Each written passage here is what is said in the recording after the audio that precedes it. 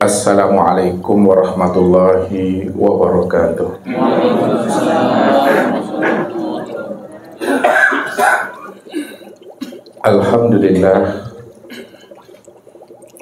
Alhamdulillahilladzi nawwara qulubana binuri ma'rifati wal yakin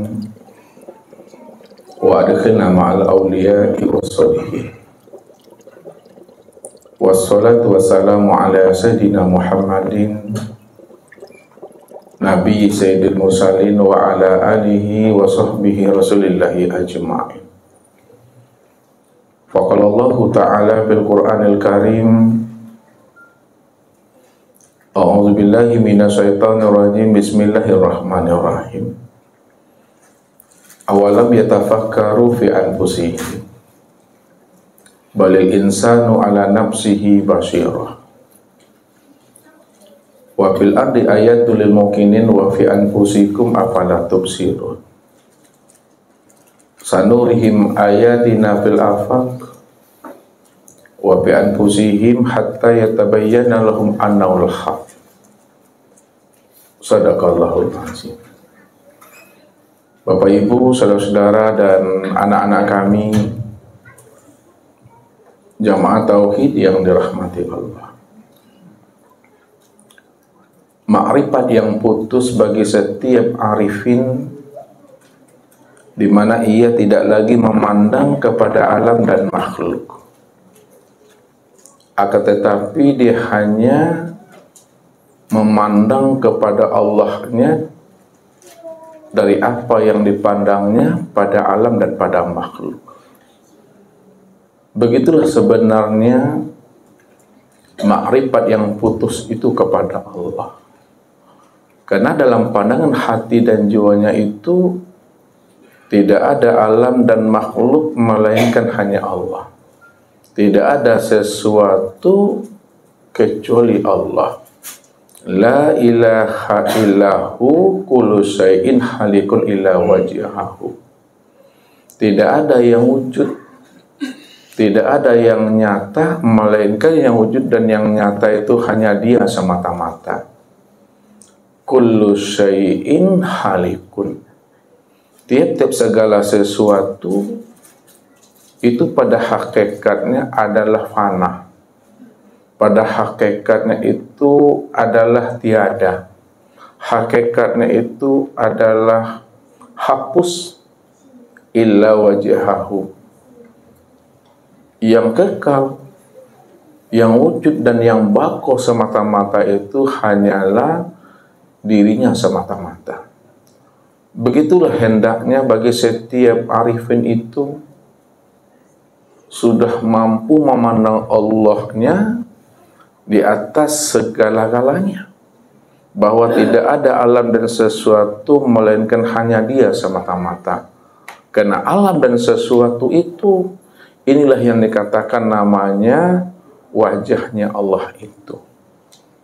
Wajahnya Allah itu yang disebut namanya dengan Nur Muhammad, atau disebut namanya dengan Muhammad dan bukan Nabi Muhammad. Inilah yang Allah jelaskan kepada kita. Qul huwallahu ahad. Katakanlah bahwa Allah itu adalah ahad. Ahad itu maknanya adalah esa. Esa itu maknanya tunggal. Tunggal itu maknanya hanya Dia semata-mata.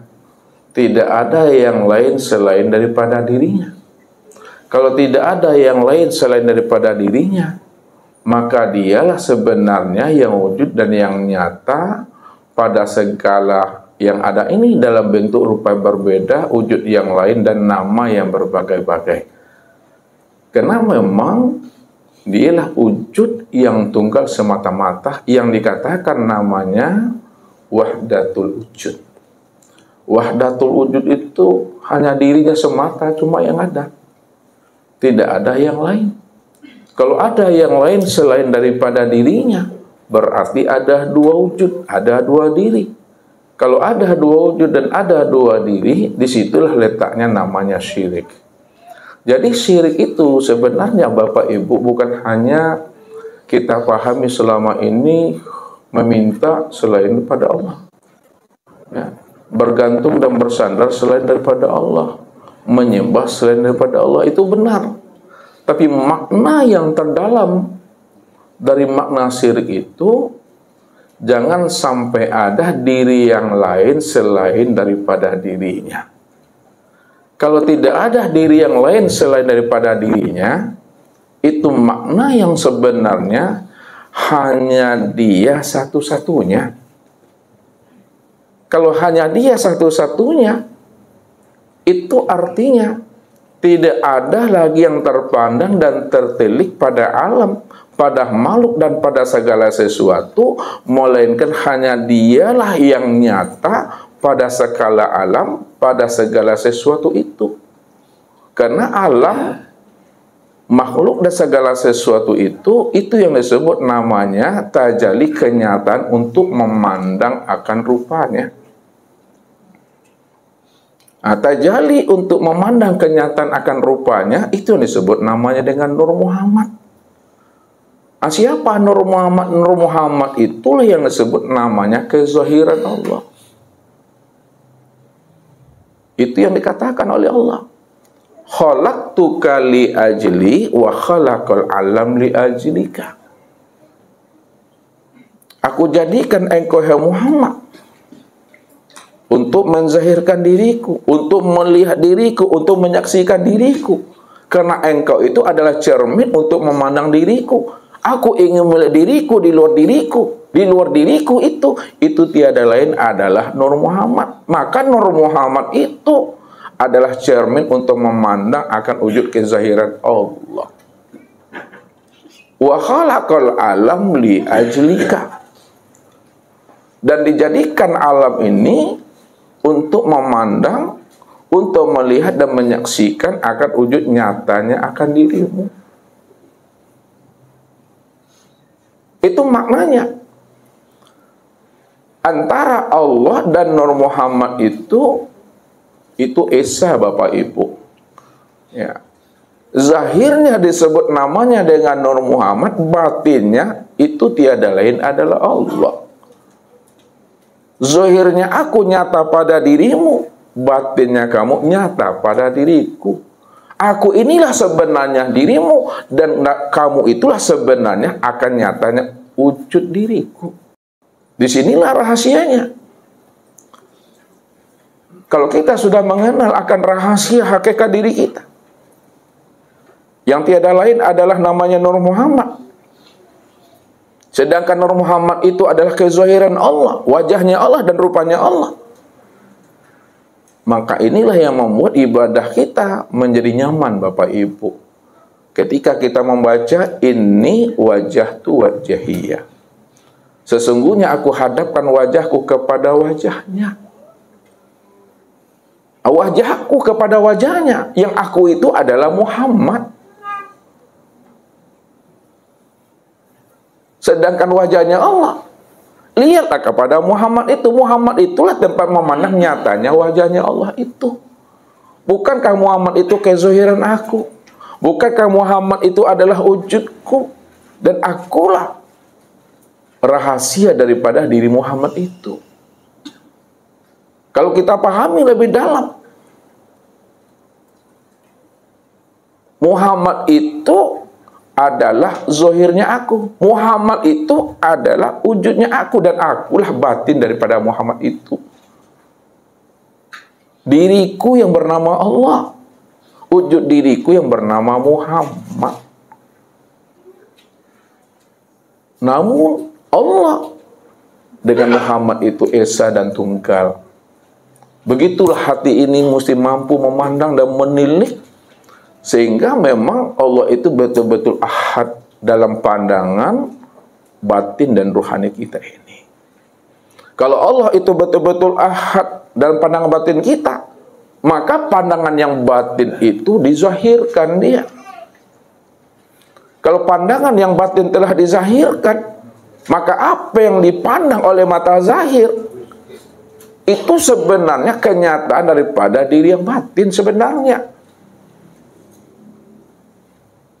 Disinilah rahasianya untuk memandang yang batin, lihatnya kepada yang zahir. Karena yang zahir itulah kenyataan yang batin. Kalaulah yang zahir itu kenyataan yang batin, patrikanlah ke dalam hati kita ini bahwa yang zahir itulah sebenar-benarnya yang batin. Itu maknanya. Nah, kalau kita beri namanya, yang batin itu bernama Allah, yang zahir itu bernama Muhammad. Untuk memandang Allah, lihatnya kepada Muhammad, karena Muhammad itulah kenyataan daripada Allah. Kalaulah Muhammad itu kenyataan dan kezahiran Allah, baru dipatrikan ke dalam hati ini bahwa Muhammad itu tiada lain adalah Allah itu sendiri. Tilik lagi lebih dalam lagi. Kalaulah Muhammad itu tiada lain adalah Allah itu sendiri, itu sebenarnya Muhammad itulah sesungguhnya yang Allah itu. Tapi kenapa manusia tak mampu memandang dan menilik akan wujud nyatanya Allah itu pada Muhammad? Karena kebanyakan manusia selalu tertipu memandang bentuk dan rupa. Padahal yang menciptakan segala bentuk dan rupa itulah sebenarnya yang sudah nyata pada segala yang ada ini. Ini yang dijelaskan oleh Ibnu Arabi itu. Subhanalladzi khalaqal asya wa huwa ainuhu. Maha suci Allah yang menciptakan segala sesuatu, padahal dia nyata pada segala sesuatu itu. Maha suci Allah dari segala sesuatu, padahal yang menciptakan sesuatu itu yang jadi sesuatu. Maha suci Allah menciptakan segala sesuatu, padahal dialah yang dikatakan sesuatu itu. Kenapa dia yang sesuatu itu? Kenapa dia kenyataan sesuatu itu? Kenapa dia yang menjadi sesuatu itu? Karena dialah yang awal.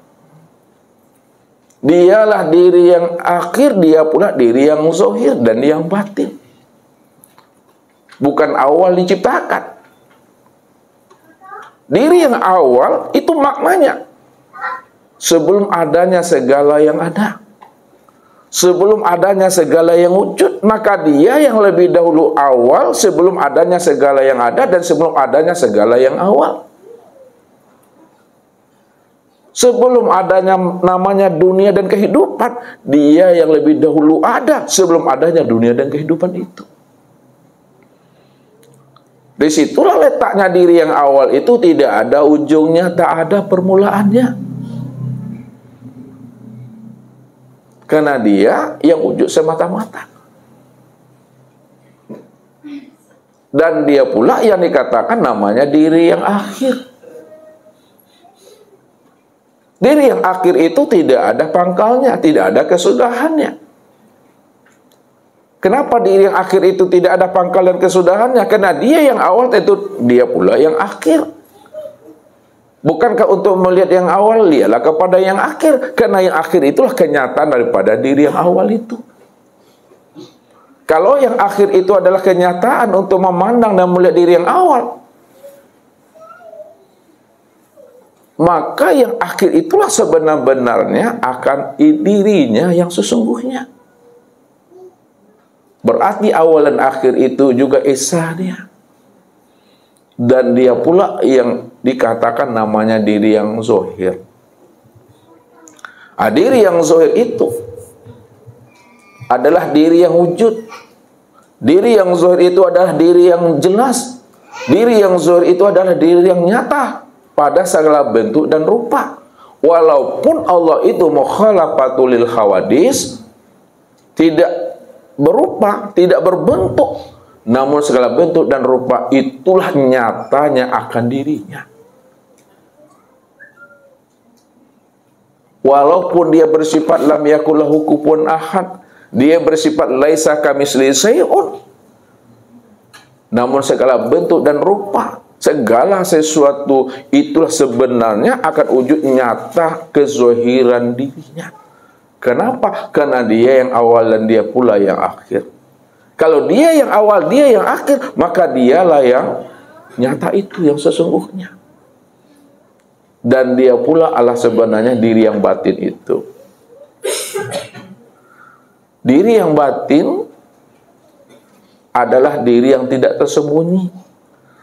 Walaupun batin itu maknanya tersembunyi, namun batinnya Allah itu telah benar-benar terang dan wujud pada segala yang ada ini. Disitulah letaknya, Allah itu berselindung di dalam terang. Allah itu berselindung pada yang terang. Siapa yang bisa dan mampu memandang Allah itu berselindung pada yang terang? Tentu adalah orang yang arifin. Orang arifin itu adalah orang yang telah mampu memandang Allahnya di atas segala-galanya, dari segala bentuk dan rupa dan nama yang berbagai-bagai. Karena Allah lah yang ahad semata-mata. Maka siapa yang tidak mampu memandang akan wujud nyata dan kezuhirannya Allah pada segala bentuk dan rupa, maka pandangannya itu dikatakan pandangan yang berdosa. Ini yang dijelaskan oleh baginda Rasul. Man nazara ila shay'in ma lam yarallaha bihi fahuwa batil. Barang siapa yang bisa memandang kepada sesuatu dalam bentuk rupa yang berbeda, wujud yang lain dan nama yang bermacam-macam, apakah kepada ayahnya, ibunya, suami dan istrinya, anak cucu dan menantu, pada segala yang wujud dan pada segala sesuatu, tak mampu dia memandang Allah pada segala bentuk dan rupa itu, itulah pandangan yang berdosa itu. Ini yang dikatakan wujuduka zanbun. Adanya pengakuan dirimu yang merasa dirimu itu yang melihat. Adanya dirimu yang merasa dirimu itu yang mendengar. Adanya dirimu yang merasa dirimu yang berkata, mengetahui, berkuasa, berkehendak dan hidup, itu tiada lain adalah dosa. Maka keakuan diri itulah sebenarnya hijab yang terhalangnya rohani kita untuk memandang akan Allah yang sudah nyata dan telah wujud pada segala sesuatu ini. Selagi diri kita ini masih terlihat pada diri kita, selagi keakuan kita itu masih menempel melekat pada diri kita, selagi diri kita ini masih terpandang pada diri kita, maka selama hidup kita pun kita tidak akan pernah mampu memandang Allah, sedangkan Allah itu telah wujud dan nyata seterang-terangnya pada diri Bapak Ibu itu. Maka bagaimana Bapak Ibu supaya kita bisa memandang Allah itu setiap harinya, kita bisa memandang Allah itu setiap saatnya sepanjang hidup kita? Maka keluarlah kita daripada keakuan diri kita. Ustaz selalu katakan apa? Lena mua Bapak Ibu berhenti jadi orang. Kalau lena mua berhenti jadi orang, alai bisa memandang dan menatap Allah tuh. Tapi nak namua berhenti jadi orang, akunya kita juga baru. Selama itu kita tidak akan pernah mampu kita memandang dan mengenal akan Allah itu. Bukankah Allah katakan kepada kita, bila engkau adalah engkau, maka engkau tak kenal aku. Bila engkau bukanlah engkau, barulah engkau bisa mengenal aku. Maknanya, bila engkau masih memandang dan merasa, engkau masih memiliki kesadaran engkau yang merasa ada, maka selama itulah engkau tak bisa mengenal dan memandang aku yang sebenar-benar ada itu. Tapi apabila engkau tidaklah engkau lagi, maka ketika itu engkau bisa mengenal yang sebenar ada itu adalah aku, kata Allah. Kalau Allah menjelaskan dirinya yang sebenar wujud, yang sebenar ada secara mutlak, ada secara hakiki, karena dialah yang lebih dahulu ada sebelum adanya yang ada, maka dialah yang sebenar-benar hidup itu. Dialah yang sebenar-benar hayat tuh. Kalau dia yang sebenar-benar hayat, maka dia pula lah yang sebenar-benarnya yang melihat. Dialah yang sebenar-benarnya mendengar. Dialah yang sebenar-benarnya berkata. Dialah yang sebenar-benarnya mengetahui, berkuasa, berkehendak, itu yang sebenarnya. Maka ketika itulah Allah itu wujud dengan sendirinya. Inilah yang diingatkan oleh Allah kepada kita melalui lisan nabinya. Innal abdi iza ahbabtuhu qataltuhu fa iza qataltuhu wa ana diyatahu. Sesungguhnya hambaku, kata Allah. Hamba Allah itu ya Muhammad. Muhammad itu kekasihnya. Iza ahbabtuhu qataltuhu. Apabila dirinya aku cintai, aku jadikan dia sebagai kekasihku, kata Allah. Qataltuhu. Maka aku bunuh diri kekasihku itu. Aku fanakan dirinya. Aku karamkan dirinya. Aku hapuskan dirinya. Aku lenyapkan dan aku sirnakan dirinya. Kalau dirinya telah aku hapuskan, dirinya telah aku karamkan, dirinya telah aku sirnakan, kata Allah. Wa ana diyatahu. Maka dirikulah sebagai ganti daripada dirinya. Kalau diri aku sebagai ganti daripada dirinya, karena dirinya telah aku bunuh dan telah aku matikan, kata Allah. Maka akulah yang menjadi penglihatannya. Akulah yang menjadi pendengarannya. Akulah yang menjadi lisannya. Aku yang menjadi tangan dan kakinya pada saat dia itu memandang, mendengar, berkata, meraih dan melangkah, kata Allah. Disitulah letaknya kesadaran Tuhan itu sudah benar-benar aktif dan terinstal di dalam diri seorang arifin itu. Sehingga yang terlihat adalah Allah segala-galanya. Dan segala-galanya itulah nyatanya Allah itu. Maka malam ini Bapak Ibu, ya, kita kembali untuk menilik dan menyenter supaya kita bisa iqra dan menyilau siapa diri kita ini yang sebenarnya. Supaya kita tahu memulangkan diri ini kembali kepada asalnya. Bukankah Nabi katakan kullu syai'in yarji'u ila aslihi. Tiap-tiap segala sesuatu itu kembalikan kepada asalnya. Di mana datangnya, situ pulangnya. Di mana hilang, situ dicari. Ke iyo asal Bapak Ibu datangnya adalah dari Allah, tentu pulang dan kembalinya tetap jadi Allah. Inna lillahi wa inna ilaihi raji'un itu. Sesungguhnya asal kita adalah Allah, tentu pulang dan kembalinya tetap jadi Allah. Ya. Nah, kalau kita ingin pulang dan kembalinya kepada Allah dengan selamat dan terang, maka kenali akan diri kita itu biar selamat. Biar kita tahu untuk memulangkan akan rahasia diri ini kembali kepada dirinya. Inilah yang ilmu sapi ciang sebelum mati, sadetik sebelum pagi. Jadi untuk jelas dan terangnya Bapak Ibu, tunggulah pesan-pesan berikut ini. Untuk mencari, menemui akan Allah itu tidak kemana-mana Bapak Ibu. Maksudnya apa? Cari dan temuilah ke dalam diri, jangan keluar diri. Man talabal maula bi ghairi nafsin faqad dolalan ba'ida. Barang siapa yang ingin mencari dan menemui Allah keluar dirinya, maka dia pasti telah berada pada kesesatan yang sangat jauh. Ya, jangan seperti ikan mencari air. Ya. Ikan itu kalau tidak hidup di dalam air, lalu ikan itu hidupnya di mana Bapak Ibu? Ada ikan itu hidup di luar daripada air? Nah, tidak ada kan? Itu yang saya selalu katakan itu. Kita payah mencari yang hidup di dalam diri, padahal kita setiap detiknya itu bernapas. Ya, yang turun naiknya kan bernapas tuh. Kita payah mencari yang hidup pada diri. Kenapa kita tidak kenali yang turun naik itu siapa yang sebenarnya itu? Begitu memahaminya, ya, supaya kita benar-benar mampu menyadari akan kesadaran diri Tuhan yang wujud semata-mata pada diri kita ini, sehingga diri kita nggak pernah ada lagi itu.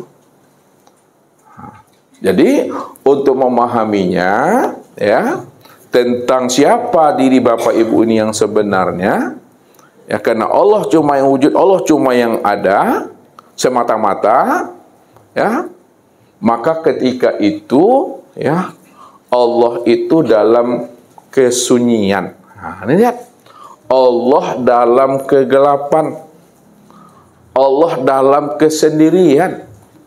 Maksud Allah dalam kesendirian, kehampaan, ya, kegelapan. Hanya Dia semata-mata. Ketika itu dirinya belum bisa dikenal, Bapak Ibu. Dirinya belum bisa diceritakan. Ya, dirinya belum bisa kita ketahui. Kenapa dirinya belum bisa kita kenal, belum kita ketahui? Karena dia hanya, ya, masih dalam keadaan kosong. Dalam keadaan kosong. Kosong itu maksudnya dalam keadaan batin. Nah, ini Bapak Ibu mesti pahami bahasa ini. Ya, kosong itu maksudnya batin. Nah, batin itu diterjemahkan dalam keadaan, ya, hampa. Hampa itu dalam keadaan sunyi. Nah, sunyi itu dalam ketiadaan.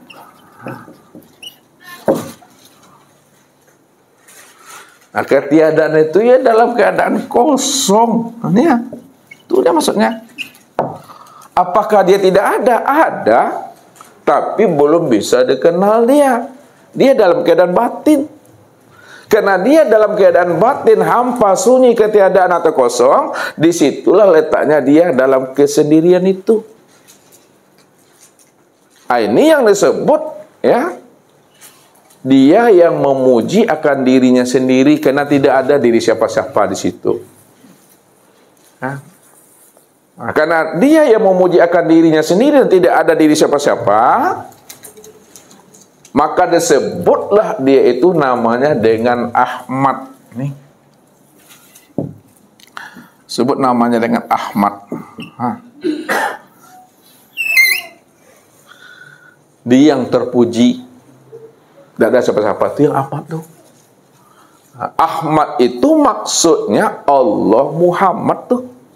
Ini Ahmad ini alif dan ha mim dengan dal. Alif ha mim dal itu, alif ha itu maknanya adalah Allah. Mim dal itu Muhammad. Maka Allah Muhammad. Dia yang disebut namanya Ahmad, dia pula lah yang dikatakan namanya Muhammad. Dia yang memuji dirinya sendiri, nggak ada diri yang lain di situ. Makanya dikatakan batin tadi bukannya tidak ada, tapi belum dikenal dia. Nah, disinilah letaknya. Allah menjelaskan dirinya, bagaimana dirinya itu bisa dikenal. Bagaimana dirinya itu bisa diceritakan. Apa kata Allah di dalam kesendiriannya, di dalam nazarnya. Kuntu kanzan mahfiyan wa ahbabtu an u'rafa wa khalaqtul halqa liya'rifani. Aku adalah perbendaharaan yang tersembunyi, kata Allah. Kenapa Allah menjelaskan dan menceritakan tentang rahasia dirinya sebagai perbendaharaan yang tersembunyi? Karena pada saat itu belum ada sesuatu apapun. Ya. Jangan Bapak Ibu memikirkan langit dan bumi. Langit dan bumi belum ada. Jangankan langit dan bumi, Bapak Ibu, aras, lu, kursi dan mahfuz juga belum ada. Jangankan aras, lu, kursi dan mahfuz belum ada. Yang namanya nur juga belum ada.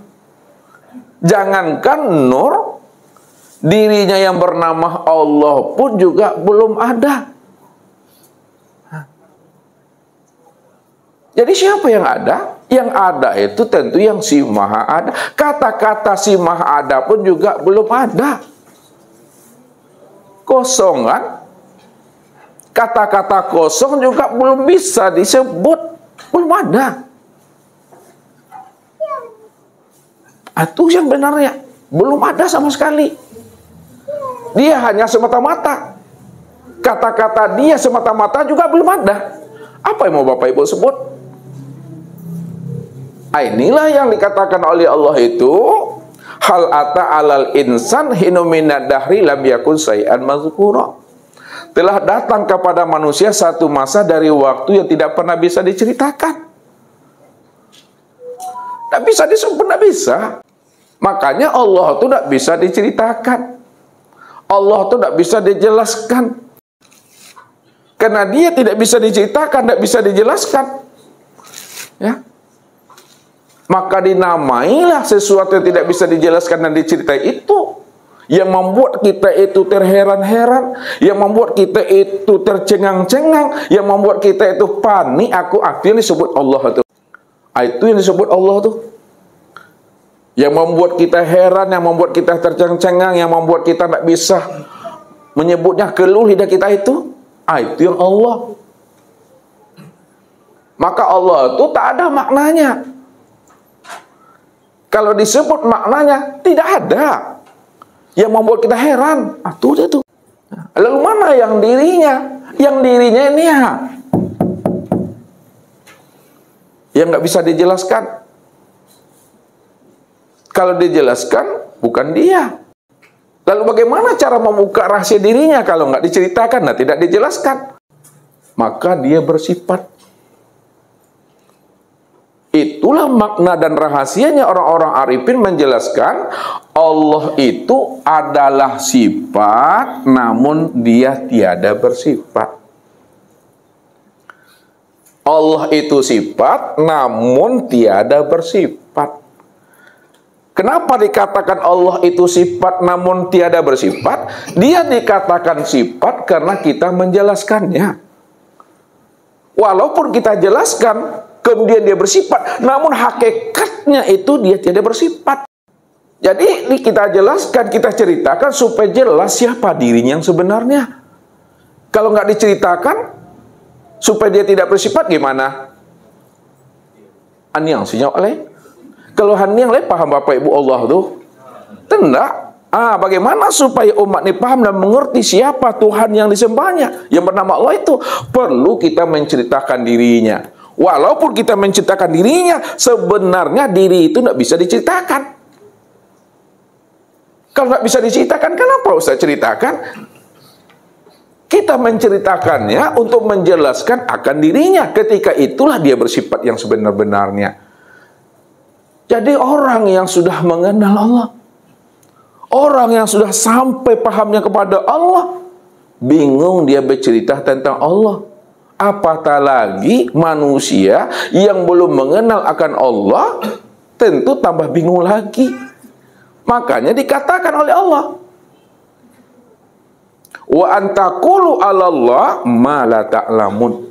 Haram bagimu bercerita tentang Allah, menjelaskan tentang Allah apabila kamu belum berilmu. Apabila Allah tidak membukakan rahasia dirinya kepada dirimu, lalu kamu bercerita tentang Allah, kamu bercerita tentang aku, haram bagi kamu untuk menjelaskan tentang aku, padahal engkau tidak pernah paham siapa aku yang sebenarnya. Rupanya baru Bapak Ibu bisa paham dan mengerti siapa Tuhan ketika Tuhan itu membukakan rahasia dirinya kepada kita. Itu pun kita paham tentang rahasia Allah sebatas yang diberitahukannya. Yang tak diberitahukannya tidak pernah kita bisa tahu. Itulah maksudnya, wa ma utitu minal ilmi illa qalila. Tidak aku beri kamu ilmu tentang mengenal rahasia diriku kecuali sedikit. Sedikit itu maknanya sedikit yang aku beritahu dan sedikit pula orang yang tahu. Jadi siapa yang tahu tentang rahasia diriku itu karena ilmu yang sedikit yang aku berikan kepada dirinya. Itulah maknanya. Dikatakan oleh Nabi dan orang-orang arifin, araftu rabbi bi rabbi. Aku kenal Allah, ya, itu karena Allah. Maknanya, kalau Allah tidak membukakan, tidak menceritakan rahasia dirinya kepada aku, maka selama hidupku aku tak akan pernah bisa mengenal Allah tuh. Tapi kenapa aku bisa paham dan mengerti untuk mengenal siapa Tuhanku? Karena Allah yang menceritakan dirinya kepada aku. Di situ aku bisa kenal Allah. Setelah aku mengenal Allah, barulah aku ceritakan rahasia Allah itu kepada hambanya yang belum mengenal akan dirinya. Itu pun kita tahu sebatas yang diberitahu oleh Allah. Oleh karena itu jangan dibatasi diri Tuhan itu dengan pengetahuan, akal pikir, dan keakuan kita. Siapa yang membatasi rahasia diri Tuhan dengan akal pikir, ilmu pengetahuannya, maka itulah yang menjadi hijab bagi dirinya untuk mengenal aku yang sebenarnya. Sedangkan orang yang telah terbuka akan tabir rahasia dirinya kepada dia, yang telah terbuka rahasia diri Allah kepada diri kita ini, mereka pun tak berani mengatakan bahwa dia telah mengenal Allah dengan pengenalan yang sempurna. Dan orang yang tidak berani mengatakan dia telah mengenal Allah dengan pengenalan sempurna, juga belum tentu dia mengenal Allah dengan pengenalan yang sempurna itu. Ketika itu hilanglah keakuan kita mengatakan kita ini ma'rifat. Hilanglah pengakuan diri kita mengatakan diri kita itu sudah sampai kepada dirinya. Lalu kenapa Ustaz berani mengatakannya? Ustaz mengatakannya supaya kita paham, supaya tidak ada keakuan diri kita setelah kita mengenal dirinya. Karena yang menjadi hijab nanti, mengenal Allah pada saat itu ada pengakuan. Lebay mananya Bapak Ibu? Wah, akulah kenal Allah. Sok kenal, sok dekat dengan Tuhan. Kapan kamu kenal dengan aku? Di mana kamu kenal dengan aku, Tuhan? Disitulah rahasianya itu. Orang yang sudah mengenal Allah,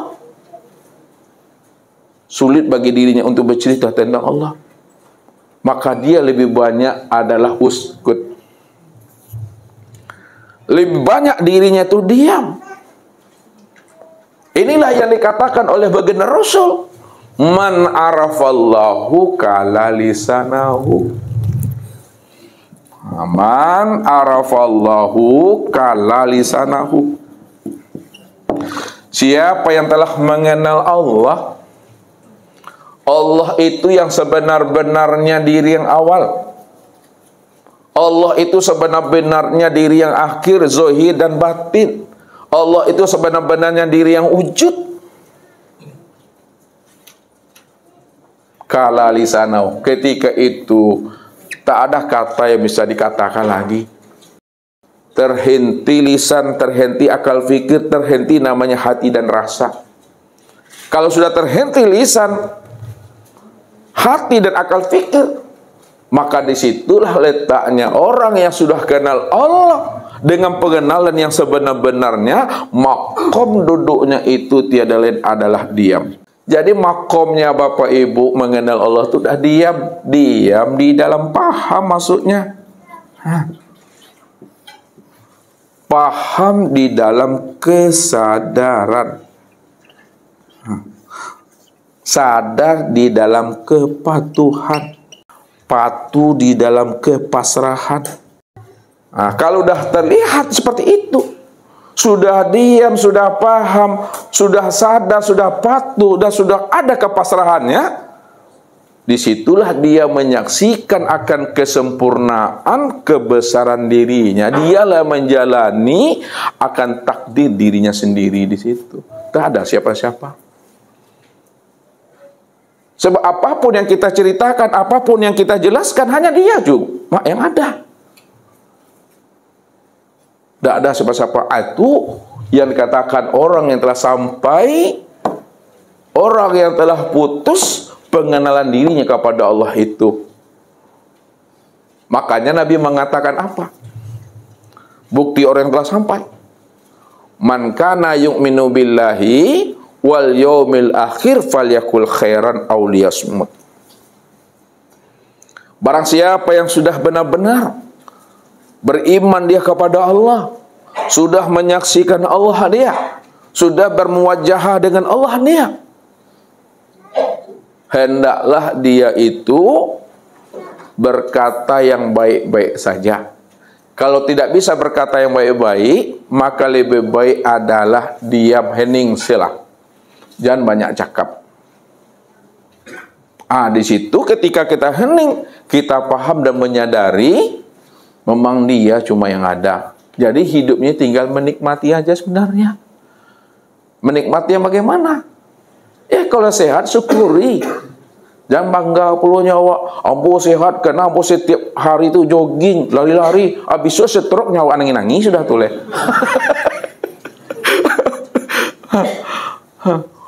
Itu tuh. Kalau sakit nyawa, sabar wak di situ nyikapi. Ya. Jadi tidak ada yang mesti kita risaukan, kita hiraukan. Ya, tidak ada yang mesti kita sesal-sesalkan. Jalani aja lah hidup itu seperti air yang mengalir. Jangan sungsang hidup itu Bapak Ibu. Kalau sungsang hidup itu, capek waktunya, banyak tumbuh benih kepala, panjang-panjang lalik nyawa. Paning aku payah lalu itu mah basi hampe nyawa le atau basi hampe itu ya. Ke kanan miriangnya ndak itu mau lalu, kaki dah ndak itu mau lalu, telungkit ndak mau ada. Habis kalau menjelang subuh, baru terlalu lewat belum subuh, tinggal ngorok ya leh. Kalau nak paham Bapak Ibu dengan bahasa Ustaz, matau.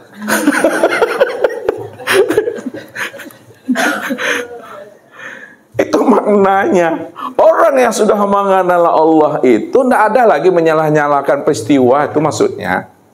Tak ada lagi dia menyalah-nyalakan kejadian. Gara-gara ini, gara-gara itu, cobalah kalau aku tak ngaji, jadi tidak ditabrak tadi itu. Ini gara-gara mengaji itu. Dikambing hitamkan juga Allah di situ lagi. Padahal kalau kita mati dalam hal mengaji, Allah ganti nyawa kita itu dengan nilai surga. Makanya dalam hal hidup ini, luruskan niat kita, sempurnakan azam kita. Fa iza azamta fatawakkal 'alallah wa may yatawakkal 'alallah fa huwa hasbuh. Apabila niatmu telah sempurna, azammu telah utuh dan lurus, maka serahkanlah niat dan azammu itu kepada aku, biar aku yang menilainya. Hasil akhir daripada usahamu, ikhtiarmu, itu aku yang menentukan. Kalau dah yakin bertuhan kepada aku, kata Allah, tak ragu kamu dengan jaminan dan janji aku, bahwasbu, aku yang jamin itu, kata Allah. Kalau Allah dah bilang jamin itu, kenapa manusia kok ragu juga lagi? Padahal Allah yang memberikan label jamin tuh. Aku yang jamin, kata Allah. Allah pasang badan di situ. Tapi kenapa manusia itu ragu juga dia? Tindak ya. Ragu-ragu tuh. Ditangkuk ragu tuh yang payah nyawa. Ya kan? Percaya lagi, yakin tak ada. Percaya sama Allah lain, tapi nak yakin lah. Kita selalu minta bukti juga, padahal Allah itulah sebagai bukti yang sebenarnya. Akulah bukti bagi dirimu. Aku dalil bagi dirimu. Aku bukti dan dalil bagi alam ini. Bukan dirimu, bukan alam ini, bukti bagi aku, kata Allah. Ustaz contoh lagi sama Bapak Ibu. Tekanan kaji yang lampau mah. Ini apa namanya nih, Ustaz? Nih. Dalam pandang Ustaz bahasa kampungnya ini apa namanya? Nih. Ini meja, di bawahnya apa namanya? Kolong. Ustaz mau nanya. Siapa namanya? Sidik, mudah-mudahan selalu benar hidupnya. Amin. Pertanyaannya, kalaulah ini meja dan di bawahnya namanya kolong, ya. Pertanyaan Ustaz, kolong ini bukti adanya meja atau meja ini bukti adanya kolong? Kolong itu bukti adanya meja. Coba angkat meja apa? Kiak lah, tahu kiak? Coba angkat dikit. Diri sini. Angkat mejanya. Angkat pelan-pelan. Geser sedikit. Ada kolongnya? Kolongnya ada atau tidak? Tak ada. Letak meja lagi sini. Letak gitu. Ada kolongnya? Ada. Berarti jawabannya tadi salah atau benar? Salah. Salah. Ya, jangan sampai ada dusta di antara kita berdua. Berarti yang benar itu meja itulah bukti adanya kolong. Itu rahasianya. Sekarang kita bawa kepada contoh yang sebenarnya. Ibu-ibu, jangan lupa bangau, Bu. Lupa bangau mati. Pertanyaan Ustaz, langit dan bumi ini bukti adanya Allah, atau Allah itulah bukti adanya langit dan bumi? Coba silakan ibu-ibu. Atau Ustaz tunjuk-tunjuk. Ustaz tunjuk loh. Halo ibu. Ibu, sini lihat. Gak apa-apa Ustaz tanya ya. Langit dan bumi bukti adanya Allah, atau Allah itulah bukti adanya langit dan bumi? Mana yang benar, Bu? Langit dan bumi bukti adanya Allah, atau Allah itu bukti adanya langit dan bumi? Adanya langit dan bumi bukti adanya Allah. Sekiranya langit dan bumi tidak ada, apakah Allah tidak ada? Ada. Berarti jawaban ibu benar atau salah? Salah. Yang benarnya yang mana, Bu? Coba ibu ini lagi. Yang benarnya mana, Bu? Adanya Allah, buktinya adanya Allah, bukti adanya langit dan Allah bukti adanya langit dan bumi. Sekiranya langit dan bumi tidak ada, Allah tetap ada. Adanya bagaimana? Ada dengan sendirinya. Sedia tuh dia. Jadi adanya Allah tidak pernah bersandar dengan adanya alam. Adanya Allah tidak pernah bersandar kepada diri Bapak Ibu. Tidak pun adanya alam, tak pun adanya diri Bapak Ibu, Allah itu tetap ada, sedia. Dia lebih dahulu ada sebelum adanya segala yang ada. Dia lebih dahulu awal sebelum adanya segala yang awal. Disitulah letaknya dia itu qiyamu binafsihi, berdiri dia dengan sendirinya. Itu dia dirinya itu batin tuh. Itu yang kita mesti imani. Jangan ditolak, jangan diingkari bahwa Allah itu diri yang awal, akhir, zahir dan batin. Siapa yang menolak dan mengingkari Allah itu diri awal, akhir, zahir dan batin, apa jawaban Allah kepada kita? Ulaika alladzina kafaru bi ayati rabbihim biliqaihi fahabitat a'maluhum fala nuqimu lahum yaumal qiyamatil wazna. Ledo yang enggak dapat arti itu. Banyak. Artinya apa? Orang-orang yang kafir, yang mengingkari, yang menolak akan wujud kezahiran nyatanya Allah pada alam, pada diri ini, waliqaihi, dan dia juga menolak dan mengingkari dia berjumpa dengan Allah, bermuajahah dengan Allah, fahabitat a'maluhum, maka aku batalkan seluruh amalnya. Amalnya menjadi amal yang kosong. Amal yang kosong itu adalah amal yang hampa, amal yang sia-sia. Fala nuqimu lahum yaumal qiyamatil wazna, maka di akhirat nanti amalnya itu tidak diperhitungkan Allah, tak dipandang Allah. Itu yang Ustaz selalu katakan, mereka telah tertipu dengan amal dan diri mereka sendiri. Itu yang Ustaz sabui takicu di antara namu ya. Wa hum yahsabuna annahum yuhsinuna sun'a. Mereka mengira, memandang dan menganggap, merasa-rasa, meraba-raba bahwa dia telah melakukan amal yang terbaik di hadapan Allah, padahal dia sudah tertipu dengan diri dan amal mereka sendiri. Orang yang seperti itu, kata Allah, yang dikiaskan oleh baginda Rasul, taubahnya mereka itu seperti memikul peti yang besar di pundaknya. Ketika sudah di hadapan Allah, buka peti amalmu yang kamu kira amalmu itu ada di dalam peti itu. Setelah dibuka peti amalnya, rupanya di dalam peti dari itu semua amalnya sudah menjadi abu, Bapak Ibu. Udah jadi debu, berterbangan. Itu yang sebut namanya amal yang fata morgana itu. Ya. Kita berhenti di situ Bapak Ibu. Siang hari angin melangkang. Lihat tahu siang hari angin melangkang? Jam-jam 1 tuh. Tegak kita situ, pandang ujung itu. Ada nampak air tergenang kan? Kita song-song ke situ, kita ikuti itu. Sampai tempat air yang kita lihat tadi itu rupanya air itu tidak ada. Itulah yang pandangan yang semu tuh. Pandangan yang semu, amalan yang semu adalah amalan yang selalu meraba-raba dan mengira-ngira bahwa dia telah mengumpulkan kebaikan dan pahala sebanyak-banyaknya. Dia merasa dia telah mengumpulkan bekal untuk bisa masuk ke dalam surganya Allah. Rupanya setelah di hadapan Allah dibukanya seluruh amal tadi yang dikiranya sudah segudang pahala solat, puasa, zakat dan haji, semuanya menjadi abu belaka semuanya. Itu terkecoh dan tarang. Ya, ke kabun kue, ke para kue, ke sawit rajin, tapi tak ada hasilnya setelah dia pergi ke kebun dan ke sawit tadi itu. Kosong dah tu dah. Ini wajib bagi kita supaya kita itu benar-benar kita mengenal Allah, mengenal akan diri kita ini.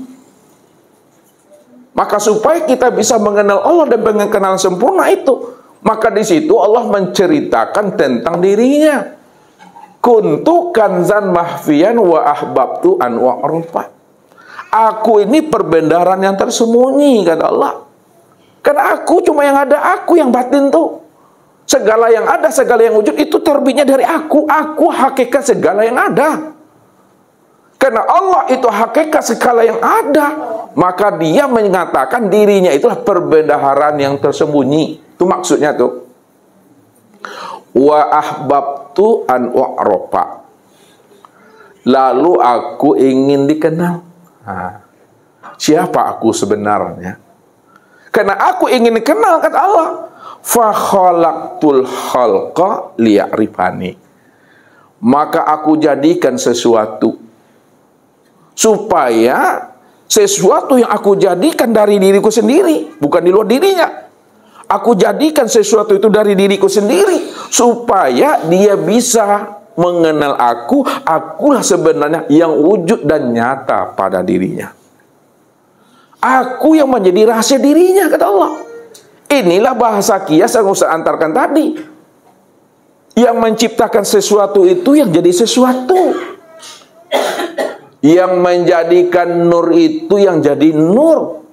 Maka awal pertama kali yang dijadikan mula-mula, sebelum adanya langit dan bumi, aras, lu, kursi dan mahfuz, belum ada surga dan neraka, yang pertama kali, yang awal mula pertama diciptakan dan dijadikan Allah, itulah yang disebut namanya Nur Muhammad. Oh dia, zahir dia, Nur Muhammad. Itu maksudnya khalaqtuka li ajli. Khalaqtuka li ajli. Aku jadikan Nur Muhammad itu untuk melihat, untuk menyaksikan dan untuk mengenal diriku. Kalaulah Nur Muhammad diciptakan dan dijadikan Allah untuk mengenal dan melihatkan dirinya, maka Nur Muhammad inilah sebagai cermin untuk memandang dirinya di luar dirinya. Aku ingin melihat diriku di luar diriku. Kalau Allah melihat dirinya di luar dirinya, maka di luar dirinya itu yang disebut namanya dengan cermin, dan cermin itulah yang disebut namanya dengan Nur Muhammad. Nur Muhammad itulah sebenarnya kezohiran akan dirinya. Maka dari batin lalu menjadi zohir. Itu maksudnya tuh, Mak. Yang batin itu zohir dia. Di situ Ustaz gunakan dengan bahasa kias untuk melihat yang batin, lihatnya kepada yang zahir. Nah, sekarang ibu-ibu menjawabnya. Kenapa untuk melihat yang batin lihatnya kepada yang zahir, ibu-ibu? Anis dulu. Halo Anis, sehat? Kakinya udah bisa dibawa ke majelis kedua-duanya? Udah. Kenapa sebabnya untuk melihat yang batin, Nis, mesti lihatnya kepada yang zahir? Apa sebabnya? Yang zahir menunjukkan yang batin. Coba patrikan lagi ke dalam. Kalaulah yang zahir ini menunjukkan yang batin, lalu siapa sebenarnya yang zahir ini? Patrikan ke dalam nih, ha. Jangan nggak ada cerita Allah tadi. Kita cerita batin dengan zahir aja baru.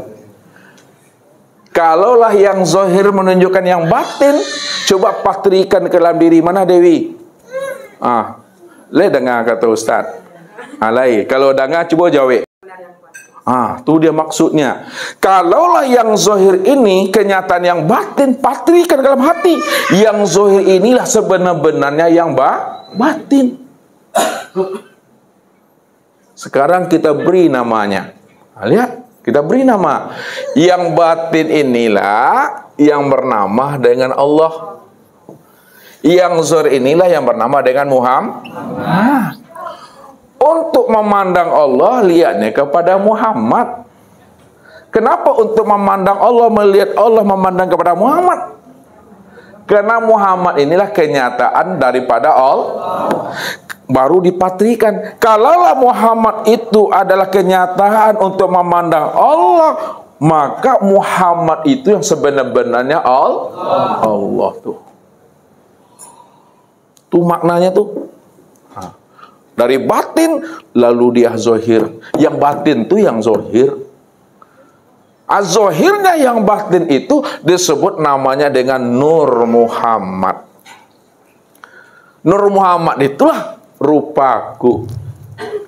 Nur Muhammad itu wujudku. Nur Muhammad itu cerminku, tempat memandang akan wujud dan rupaku sendiri. Itu maknanya secara kias. Aku ingin melihat diriku di luar diriku.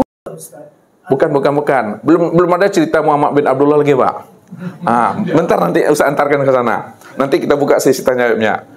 Muhammad itu cerminku. Muhammad itu tempat memandang wujud rupaku. Muhammad itu kezahiran aku. Maknanya zahirnya aku, ya, kata Allah tadi yang batin, zahirnya aku nyata pada Muhammad, dan batinnya Muhammad itu nyata pula pada diriku. Rahasia Muhammad itu aku, rahasia aku itu ada pada Muhammad. Kenapa rahasia aku ada pada Muhammad, rahasia Muhammad ada pada aku? Karena Muhammad itu adalah wujud kenyataan untuk memandang diriku. Dan aku yang sebenar-benarnya itu. Diriku yang bernama Allah, wujud diriku yang bernama Nur Muhammad. Esa, Bapak Ibu. Makanya, untuk memandang dirinya, lihatlah kepada Nur Muhammad. Nur Muhammad itulah cermin untuk memandang dirinya. Karena dia cuma yang ahad. Lihat. Ya, dia yang ahad. Ahad ini apa artinya, Bapak Ibu? Ahad ini Esa, tunggal. Apa lagi? Apa maksud Esa dan tunggal itu, Daniel? Satu tiada duanya. Kalau satu tentu tidak ada duanya nih, ya. Berarti hanya dia satu-satunya. Karena tidak ada duanya. Hanya dia satu-satunya. Ya, kalau hanya dia satu-satunya, tidak ada duanya, nggak ada diri yang lain. Maka ketika Allah itu memandang dirinya di depan cermin, maka diri siapa yang terlihat di dalam cermin itu? Diri Allah. Apa sebabnya diri Allah yang terpandang dan terlihat di dalam cermin itu? Karena dia yang bercermin. Contoh, nih Pak Wandi. Pak Wandi tadi sebelum ke majelis, ada enggak bersisir tadi di depan cermin? Ada, ya? Ketika Pak Wandi bercermin tadi di kamar, terlihat enggak diri Bapak Ibu itu di cermin itu tadi? Kenapa tidak terlihat? Kenapa tidak terlihat diri Bapak Ibu ini di dalam cermin ketika Pak Wandi bercermin di rumah tadi? Karena yang bercermin itu diri Pak Wandi sendiri. Kalau diri Pak Wandi yang bercermin di situ, maka diri Pak Wandi lah yang terlihat di dalam cermin. Sekarang, mana yang dikatakan cermin Allah? Yang dikatakan cermin Allah itu yang disebut namanya Nur Muhammad. Kalaulah cermin Allah itu Nur Muhammad, yang mana yang dikatakan Nur Muhammad itu? Lihat. Nah, ini agak tagak tinggal Ustaz. Nur Muhammad ini maknanya terang. Terang itu maknanya jelas. Jelas itu maknanya nyata. Nyata itu maknanya wujud. Maka yang dikatakan Nur Muhammad sebagai cermin Allah itu segala yang wujud dalam bentuk rupa berbeda, rupa yang lain, nama yang berbagai-bagai, yang sudah nyata pada sekalian langit dan bumi ini, sempurnanya pada diri Bapak Ibu. Itulah yang dikatakan namanya cermin Allah. Rupanya Nur Muhammad itu jangan Bapak Ibu cari juga kemana-mana lagi, karena dia sudah menjadi alam semesta. Kesempurnaan Nur Muhammad itu sudah sempurna pada diri Bapak Ibu, zahir dan batin. Rupanya mudah sekali mencari Nur Muhammad. Yang payah tuh mencari Nur Aini.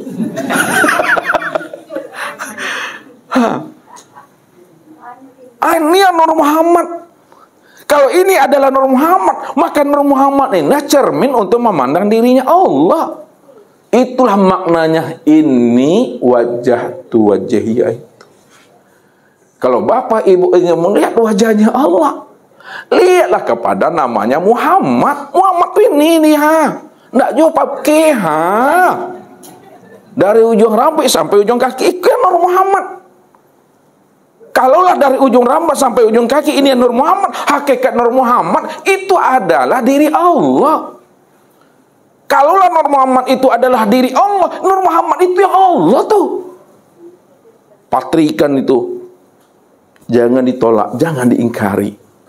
Siapa yang menolak dan mengingkari, maka dia tidak lagi menjadi keluarga Tuhan. Tidak lagi dikatakan keluarga Rabbani, tapi keluarga syaitan. Itu patrikan. Udah nyata pada dirinya, sempurna. Nah, kalau udah paham Bapak Ibu, udah kenal dan mengerti Bapak Ibu tentang wujud dan kezahiran nyatanya Allah itu, jangan Bapak Ibu mengomong Allah itu gaib juga. Jangan Bapak Ibu berkata juga bahwa Allah itu batin. Allah itu dah terang, Allah itu dah jelas, Allah itu dah nyata. Nyata dan terangnya Allah itu pada segala yang ada nih, dalam bentuk rupa yang berbeda, wujud yang lain, dan nama yang bermacam-macam. Itulah nyatanya aku, kata Allah. Kalau Allah itu sudah nyata pada skala alam, sudah sempurna nyatanya pada diri Bapak Ibu, lalu tak terpandang juga lah nyata dan terang serta jelasnya Allah itu pada alam dan pada diri Bapak Ibu. Apa namanya tuh Pak Abdul Qadir? Butuh sange. Nah, dia butuh sange itu butuh sange itu bahasa Ustaz Pak. Butuh sange. Benar-benar buta yang hakiki. Itulah yang katakan orang yang tersesat itu. Apa kata Allah? Wa man kana fi hazil aqma fa huwa fil akhirati aqma wa adalun sabila. Barang siapa yang buta di dunia, aku pastikan dia juga buta di akhirat. Wa adalun sabilah, dialah orang yang tersesat. Tempat orang tersesat itu jelas adresnya, jelas alamatnya neraka. Kalau Allah mengatakan orang yang buta di dunia adalah orang yang tersesat dan tempatnya neraka, tentu Bapak Ibu berpikir, gunakanlah kecerdasan akal pikir dan rohani. Buta yang bagaimana yang dikatakan Allah orang yang tersesat tempatnya neraka? Apakah buta yang ada di kepala ini atau butanya mata hati yang ada di dalam dada? Butanya mata hati di dalam dada. Apa ayatnya tuh Ma'wa? Pasti lupa tuh. Anis kira-kira oleh nggak dapet ya? Marah ya. Coba bantu Ustaz, apa ayatnya? Innaha la ta'mal absar walakin ta'mal qulubul lati fis. Alhamdulillah. Bisa Bapak Ibu pulang nanti dari wakili. Fa innaha la ta'mal absar walakin ta'mal qulub allati fis sudur. Sesungguhnya yang aku katakan buta itu, kata Allah, bukanlah buta mata zahirmu yang ada di mata yang zahir ini, tapi butanya mata hatimu yang ada di dalam dada. Kalaulah buta mata hati yang ada dalam dada ini, itu yang mengakibatkan masuk neraka, lalu apa maksudnya buta mata hati yang menyebabkan masuk neraka? Buta mata hati yang menyebabkan masuknya neraka itu maknanya, siapa yang tak mengenal aku di waktu hidupnya, maka di waktu matinya dia nggak pernah mengenal aku. Siapa yang tidak mengenal aku waktu di dunia, di akhirat dia juga tidak pernah mengenal aku. Siapa yang tidak mengenal aku pada dirinya, dia juga tidak akan pernah mengenal aku di luar dirinya. Itulah yang dikatakan yang buta, yang hakiki tempatnya di neraka itu. Berarti belajar ilmu makrifat itu hukumnya mubah, haram, makruh, wajib atau di atas wajib tuh. Kalau ada hukum taklifi di atas wajib, ya, maka di atas wajib itulah belajar ilmu makrifat. Satu contoh Bapak Ibu. Bisakah Bapak Ibu menemui seseorang, kalau seseorang yang Bapak Ibu temui itu Bapak Ibu belum mengenalnya? Tidak bisa. Takkan mungkin Bapak Ibu itu bisa mengenal Allah di akhirat kalau Bapak Ibu tidak mengenal Allah di waktu di dunia ini. Maka mengenal Allah, jangan tunggu mati dulu, jangan tunggu dikapani, disolati.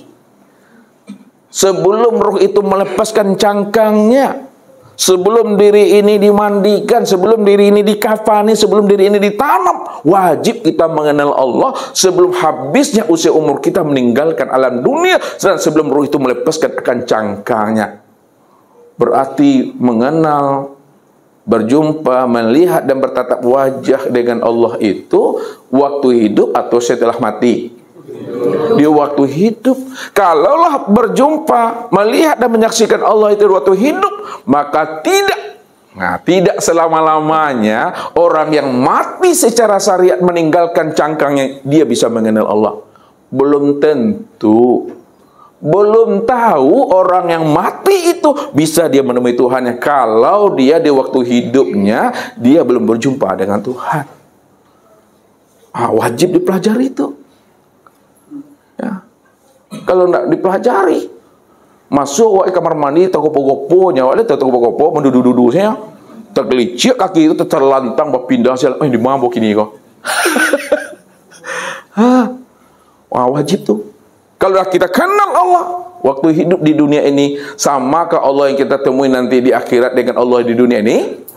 Sama. Samakah Allah yang kita temui waktu di dunia ini dengan yang di barzah itu nanti? Sama. Kalau sama yang mana samanya tuh Pak? Yang mana yang samanya maksudnya tuh? Ketika Bapak meninggal, ya, Allah yang Bapak temui nanti di waktu meninggal tadi di barzah itu sama nak dengan Allah yang Bapak jumpai waktu hidup tuh? Sama atau tidak? Ustaz pelan-pelan sikit ya. Samakah Allah yang Bapak temui nanti di waktu meninggal dunia dengan Allah yang telah Bapak jumpai waktu hidup nih? Sama. Kalau sama, maksud yang sama itu yang mananya? Allah yang mananya? Maksudnya roh. Roh yang ada pada diri kita. Roh yang ada pada diri kita. Berarti pada diri sendiri. Rupanya Allah yang kita jumpai nanti di barzah dengan Allah yang kita jumpai sekarang waktu itu tuh sama. Tiada lain diri sendiri. Wallahu nafsiyun wa ana nafsahu wujudahu. Allah tuh diriku inilah zahir nyatanya diri Allah. Disitulah dikatakan zahirun Rabbi fi batni abdi. Zahirun Rabbi fi batni abdi. Zahirnya Tuhan itu pada batin hamba. Apa maknanya zahirnya Allah, nyatanya Allah itu pada batin hamba? Ketika alam telah hapus, makhluk telah hapus dalam pandang hati, Maka ketika itulah betul-betul zahir dan nyatalah Allah itu senyata-nyatanya pada alam dan pada makhluk itu. Maka pandangan yang putus itu adalah pandangan yang telah mampu memandang Allah yang sudah nyata pada alam dan sudah nyata pada makhluk itu. Disitulah rahasianya, ala innahu bikulli syai'in muhin.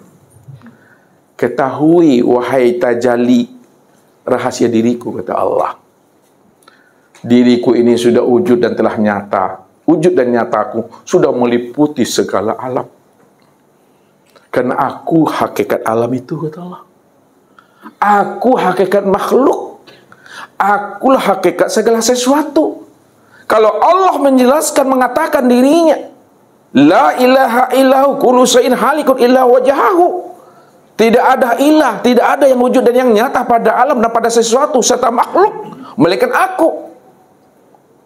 Kullu syai'in halik, selain aku tidak pernah ada. Alam sesuatu makhluk tidak pernah ada. Kalau alam sesuatu makhluk tidak pernah ada, lalu siapa yang dikatakan alam? Siapa yang dikatakan makhluk? Siapa yang dikatakan sesuatu? Alam, makhluk dan sesuatu itu, itulah zahirnya aku itu.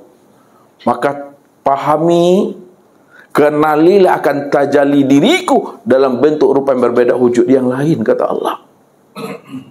Itulah aku, kata Allah. Makanya siapa yang tidak mengenal aku, itulah orang yang butuh sange. Itu dah Tuhan. Ya, kopiah lah batonggoan ya te kapalo gua. Batonggoan lah itu ibu-ibu. Ibu Siti lah itu batonggoan. Pasti tak paham ya. Diletakkan di sini ya. Ditonggokkan. Diletakkan. Kopiah sudah diletakkan di sini. Dicari-cari juga kopiah itu mana lah kopiahnya. Kacamata lah dipasang nih kayak Ustaz Edi ini ya. Manalah kacamata ini ya. Kalau dia masih mencari kacamata juga, dia masih cari kopiah juga, padahal kopiah itu sudah diletakkan di kepala, kacamata dari pasar dicari juga. Itu apa namanya Ustaz Edi? Dia butuh sange. Siapa yang tidak mampu merasakan manisnya gula dan tidak mampu merasakan pedasnya cabai, apa namanya itu, Bu? Apa namanya, Bu? Kalau ada orang tak bisa merasakan manisnya gula, tak bisa pula dia merasakan pedasnya cabai, apa namanya orang itu kita sebut? Dia mati rasa. Orang yang tak mampu merasakan kehadiran dan kedekatan Allah itu yang sudah wujud menjadi rasa dirinya, tak tahu dia yang hayat itu pada dirinya siapa, itu yang mati rasa tuh. Makanya supaya tidak mati rasa, baca kuah apa coba kah? Rasul dibawa naik, pareso dibawa turun, rasul dan Allah dirasukan. Kalau Bapak Ibu tak paham, khusus Pak Azam dan Ibu Siti, tanya sama Pak Ardi. Itu mesti tahu rasa. Mana yang dikatakan rasa? Lihat. Rasa itu singkatan Bapak Ibu. Rasa itu singkatan. Rasul Allah maksudnya nih ya. Rasul Allah. Rasul Allah itu disingkat namanya dengan rasa. Kalau bahasa Minang raso. Kalaulah Rasul Allah disingkat dengan rasa, mana yang dikatakan rasa Rasul Allah itu pada diri Bapak Ibu? Bukankah Allah mengatakan wa fi anfusikum afala tubsirun awalam yatafakkaru fi anfusikum? Kenapa tidak kamu ketahui, kata Allah, bahwa di dalam dirimu telah ada Rasul Allah. Laqad kana lakum fi Rasulillah uswatun hasanah. Yang dikatakan Rasul Allah, yang disingkat nama dengan rasa, itulah yang dikatakan sama bapak kita tadi, itu ruh namanya. Ruh. Ruh itu yang dikatakan rahasia wujudhu, rahasia aku. Jadi hu itu aku maknanya. Kalau terjemahnya dia, la ilaha illahu nih, la ilaha illahua. Tidak ada ilah, tak ada yang wujud, tidak ada yang nyata, melainkan huwa, dia, aku maknanya. Makanya yang menjadi rasa Rasulullah dan dari Bapak Ibu, wa fi anfusikum afala tubsirun, itu adalah ruh. Ruh itu rahasia wujud aku, kata Allah. Siapa ruh itu? Lihat, itu baru nama. Padahal al-ismu wal musamma wahid, kullu fi'lin fa'il. Setiap nama pasti ada orangnya. Setiap nama pasti ada wujudnya. Nama dengan orangnya, nama dengan wujudnya, hakikatnya adalah Esa. Tidak pernah berpisah cerai diri Bapak Ibu dengan nama Bapak Ibu. Ya, diri Bapak Ibu di sini, namanya Bapak Ibu di rumah. Mungkinkah gitu Bapak Ibu? Ini garam, ini masin. Berpisah enggak masin dengan garamnya? Berpisah enggak manis dengan gulanya? Berpisah enggak pedas dengan cabenya? Kalau tidak berpisah, cabai dengan pedasnya, manis dengan gulanya, lalu manis dan pedas itu letaknya di mana? Pak, kenapa? Manis letaknya di mana? Hah? Nih, perhatikan lagi Ustaz. Ustaz nampak Pak? Nampak? Nah. Ini gula. Ini manis. Berpisahkah gula dengan manis? Tidak. Kalau tidak berpisah gula dengan manis, lalu manisnya letaknya di mana? Manis letaknya di mana? Ini antara gula dengan manis. Tapi nggak berpisah tadi kan? Gula, ini manis kan tidak berpisah kan? Kalau tidak berpisah manis dengan gula, lalu pertanyaan Ustaz, manisnya gula ini letaknya di mana? Hah? Bapak di mana? Bantu Pak, bantu. Di gula letaknya. Kalaulah memang manis itu letaknya di gula, perlu Bapak belajar manis? Caranya bagaimana supaya tahu manis? Makan sila gula tuh.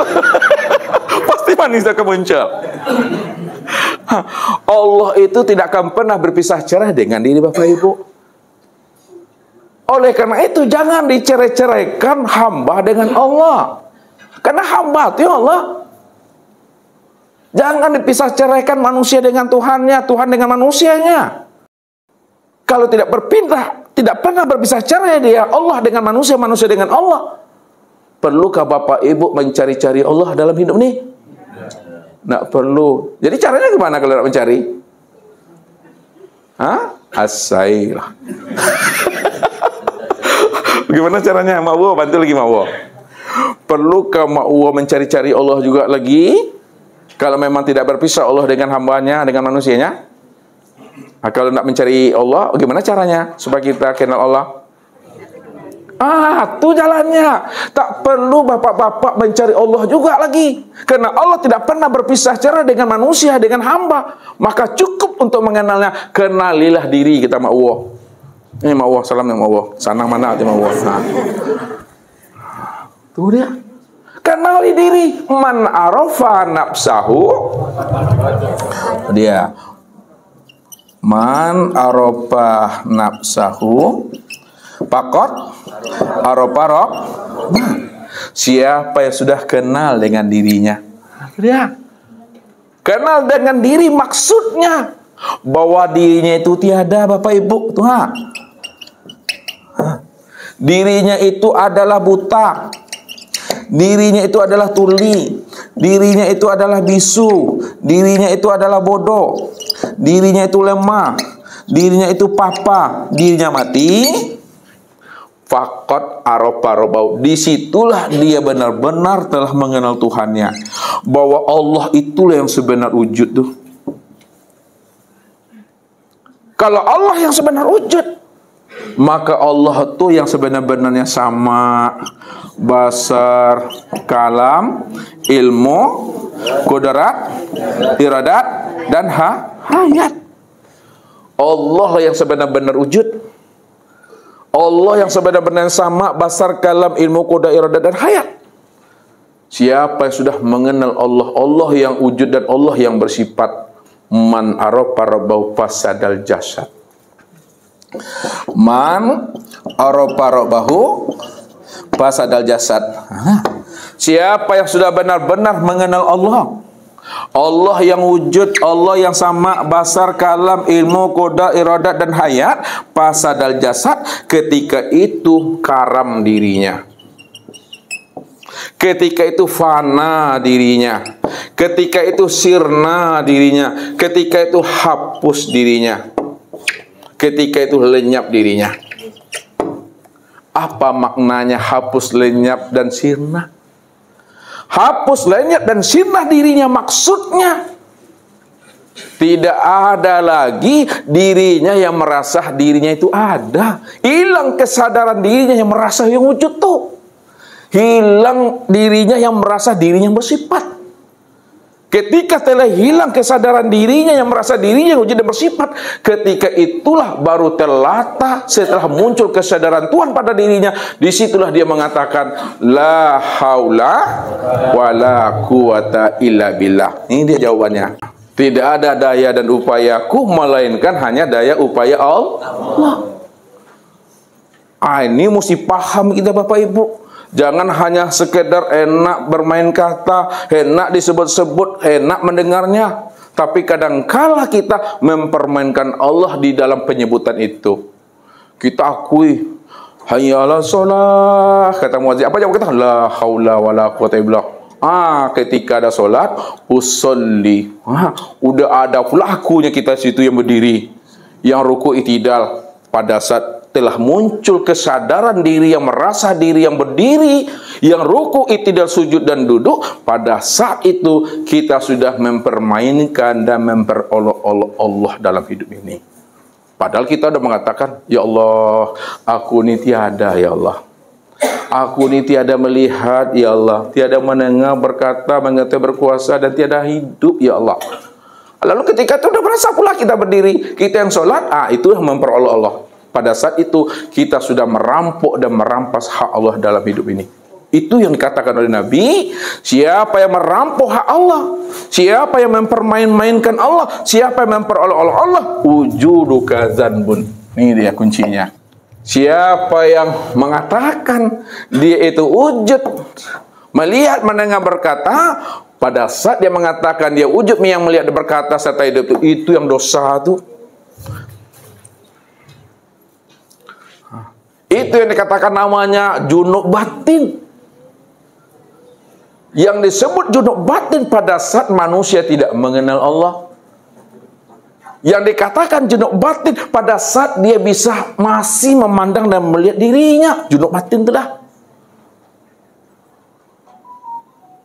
Kalau kita berada dalam keadaan junub dalam hidup ini, kita junub batin lalu kita sholat, maka batallah sholat kita itu karena kita dalam keadaan junub. Junub batin itu hadas kecil, hadas besar tuh? Hadas besar tuh. Bagaimana Bapak Ibu membersihkan, mensucikan diri daripada junub batin? Kalau junub zahir dengan mandi. Kalau junub batin bagaimana? Dimandikan diri ini dengan 7 lautan, 7 samudra. Habis 7 lautan, 7 samudra ditambah lagi. Tidak akan pernah bersih-bersihnya diri Bapak Ibu tuh kalau diri kita itu kena junub batin. Jalan untuk menghapuskan junub batin ini kata Allah, faktulu anfusakum zalikum khairul lakum inda bariikum fattaba alaikum. Siapa yang dirinya junub batin, faktulu anfusakum, bunuh dirimu, kurbankan dirimu, sembelih dirimu. Zalikum khairul lakum inda barikum. Itulah yang lebih baik untukmu menurut Allah. Fataba alaikum. Itulah taubat yang sebenar-benarnya, taubatan nasuha. Kalaulah membersihkan junub batin itu adalah bunuh diri. Apa maksudnya bunuh diri? Bunuh diri itu maksudnya bunuh kesadaran dirimu yang merasa dirimu yang wujud dan yang bersifat itu. Jangan ambu-ambu joleh, jangan baku-aku joleh, benda denai ini lah, awak joleh. Hilangkan kata ambo, denai, awak tuh, kata-kata aku dan saya tuh. Boleh Bapak Ibu berambu-ambu, berdenai-denai, beraku-aku besar saya, setelah Bapak Ibu mengenal hakikat si aku tuh, Allah yang beraku-aku di dalam akunya tuh, barulah aku yang sejati yang muncul. La ilaha illallah ana. La ilaha illa huwa, la ilaha illa anta. Tidak ada yang wujud dan yang nyata, melainkan wujud dan nyata itu aku. Tidak ada yang wujud yang nyata dan wujud itu adalah dia. Tidak ada wujud yang nyata dan wujud itu adalah engkau. Engkaunya itu bukan engkaunya kita, tapi engkaunya aku. Dianya itu bukan dianya kita, tapi dianya aku, kata Allah. Akunya itu bukan akunya kita, tapi akunya Allah. Disitulah letak pahamnya. Allah beraku-aku di dalam akunya. Kalau dah paham Bapak Ibu aku yang sejati, tak apa-apalah bilang aku, denai, ambo, saya, awak. Tapi jangan diitikotkan denai, ambo, awak itu adalah nyatanya diri aku, tapi nyatanya diri Allah itu. Walaupun Ustaz mengatakan diri kita, tapi diri kita bukanlah kenyataan diri kita, akan tetapi kenyataan dirinya Allah itu yang sebenarnya. Itulah bahasa kiasnya. Karena manusia tidak ada, alam tidak ada, makhluk tidak ada, Allah cuma yang ada semata-mata. Itu makna secara bahasa kiasnya dan perumpamaan yang menjadikan manusia itu yang jadi manusia, yang menjadikan insan itu yang jadi insan, yang menjadikan Nur Muhammad yang jadi Nur Muhammad, yang menjadikan alam itu yang jadi alam, yang menjadikan makhluk itu yang jadi makhluk, yang menjadikan sesuatu itu yang jadi satu. Pertanyaannya, siapa yang menjadikan alam, makhluk, sesuatu, insan dan manusia? Allah. Allah lah sebenar-benarnya itu. Pandangan zahir nampak makhluknya, pandangan batin nampak Allahnya. Pandangan zahir nampak manusianya, pandangan batin. Pandangan zahir nampak insannya, pandangan batin. Maka pandanglah Allahnya pada segala yang ada, segala yang wujud dengan nama yang berbagai-bagai. Itulah dia yang sebenarnya itu. Itu yang nyatanya Allah tak? Supaya hidup kita itu sudah menjadi rahmatan lil alamin. Itu maksudnya rahmatan lil alamin. Kalau ada di dalam diri Bapak Ibu itu sifat rimau, setelah mengenal Allah, sifat kucing. Yang ada orang mengengeong saja. Lihat tuh sifat kucing mengengeong, mengapi isinya tak. Kalau sifat rimau itu kan garang tuh kan, dan tampang kok. Iya anak auto ketek digeletak, kok lah gadang anak itu digulungnya ya tuh. Tapi kalau dah mengenal Allah, inilah sifat kucing mengeong-ngeong lah apanya. Itu dah tak. Jadi rahmatan lil alamin. Buktikanlah kalau kita dah mengenal Allah. Jangan kita mengenal Allah itu hanya sebatas retorika, bertutur kata, enak didengar, enak didebat-debatkan. Kare di luar tapi empuk di dalam. Itu tak amu dia tu. Lihat tu tak amu tu. Tak bisa tu. Jangan Bapak Ibu ingin menipu-nipu Allah pula. Awak tak kicur dan tarang. Yukhadi'una Allah wallazina amanu wa ma yahda'una anfusihim illa wa ma yash'urun itu. Mereka ingin menipu Allah dan orang-orang yang kasar, padahal mereka tak sadar Allah sudah menipu diri sendiri, tapi mereka tidak menyadarinya itu. Ini orang yang kasar itu begitu. Kalau kita sudah mengenal Allah, sudah Allahnya yang dipandang dari apa yang dilihat. Kalau Allahnya sudah dilihat dari apa yang dipandang, itu yang pandangan yang putus. Itulah yang disebut namanya amal batin. Itu yang disebut namanya amal ma'rifat. Kalau kita sudah memahami amal batin, amal ma'rifat, Allahnya segala yang ada, Allahnya segala sesuatu, maka hidup kita sampai mati kita, dunia dan akhirat kita, semuanya dah Allah dah tu dah. Pahala apa juga mau cari lagi. Kalau Bapak Ibu sudah menemui pemilik dunia, Bapak Ibu sudah menemui pemilik akhirat, Bapak Ibu sudah menemui pemilik sorga, apa juga dicari lagi? Tak ada nonda lagi yang lain-lain tu. Tu bahasanya tu. Kerana Allah tu yang didapatkan. Lihat pemahaman ilmunya. Ini Ustaz antarkan. Bapak Ibu ni bertuan kepada yang mana sebenarnya ni? Ustaz gali. Ustaz ingin mengambil mutiara dalam diri ini. Siapa yang mencari dunia, maka akhirat itu akan luput. Luput tahu? Hilang, tinggal. Siapa yang mengejar dunia, akhirat itu kan tinggal luput dia. Tapi siapa yang mengejar akhirat, dunia ikut. Pak Bapak Ibu di situ? Siapa yang mencari dunia, mengejar-kejar dunia, ya, maka akhirat itu akan tinggal tuh, luput tuh. Tapi sebaliknya siapa yang mengejar akhirat, dunia akan ikut. Naik lagi ke atas. Siapa yang mengejar Allah, ya, siapa yang mengejar Allah, mencari Allah, maka dunia ikut, akhirat juga ikut. Ya? Maka carilah pemilik dunia, carilah pemilik akhirat. Kalau kita sudah menemui dan sudah mendapatkan pemilik dunia dan akhirat, yaitu Allah, maka dunia ikut, akhirat juga ikut. Naik lagi ke atas, semakin tinggi, batu licinnya makin tajam. Lihat, ini batu licinnya tuh. Siapa yang mengejar Allah, ingin menemui Allah, tujuannya supaya dapat dunia dan akhirat, maka dunia dan akhirat itu yang menjadi Tuhannya, sedangkan Allah hanyalah sebagai budak bagi dirinya untuk mendapatkan dunia dan akhirat. Siapa yang ibadahnya tujuannya adalah dunia dan akhirat, maka dunia dan akhirat yang dia tuju dalam beribadah, dunia dan akhirat itu yang menjadi sembahannya. Dunia dan akhirat itu menjadi Tuhannya. Sedangkan Allah bagi dirinya hanyalah sebagai wasilah saja, perantara saja untuk mendapatkan dunia dan akhirat itu. Siapa yang beribadah ingin mendapatkan surga, surga itu yang menjadi sembahannya. Sedangkan Allah wasilah saja bagi dirinya untuk mendapatkan surga itu. Itu maknanya. Oleh karena itu,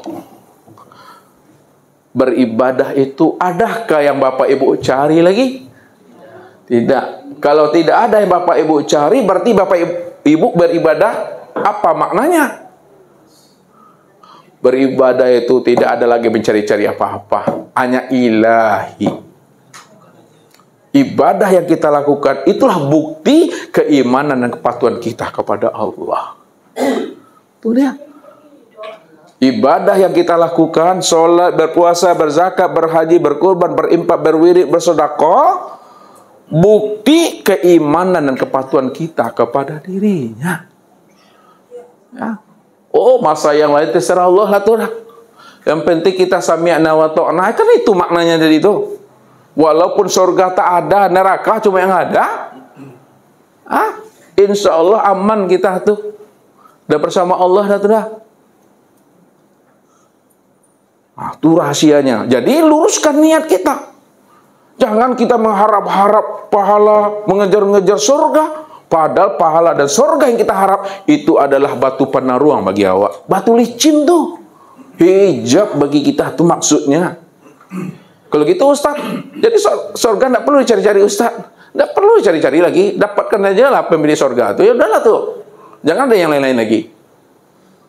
Kalau masih tertanam di dalam ini surga-surga, masih tertanam sini pala-pala, berarti ibadahnya belum murni kepada Allah. Tidak.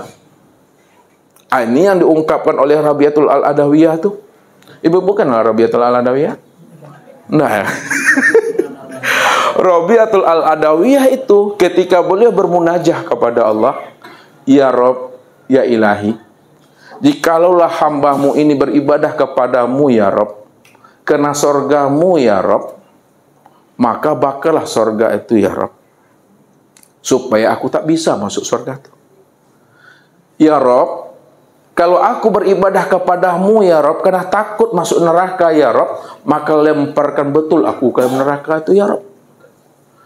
Ya Rob, ya Ilahi, kalau aku beribadah kepadamu ya Rob, bukan kena surgamu ya Rob, bukan pula kena takut nerakamu ya Rob, kena rindu, mahabbah dan bermanja-manja dengan dirimu ya Rob, maka jangan engkau lepaskan aku ya Rob, aku selalu berada dalam dekapan kandungan rahman dan rahimmu ya Rob. Begitu dia itu bersandar dia kepada Allah. Jangan disandarkan keselamatan diri dengan surga dan pahala. Jangan Bapak Ibu kira Pahala itu adalah jembatan kita untuk masuk surga. Jangan dikira pahala itu tiket kita untuk masuk surga.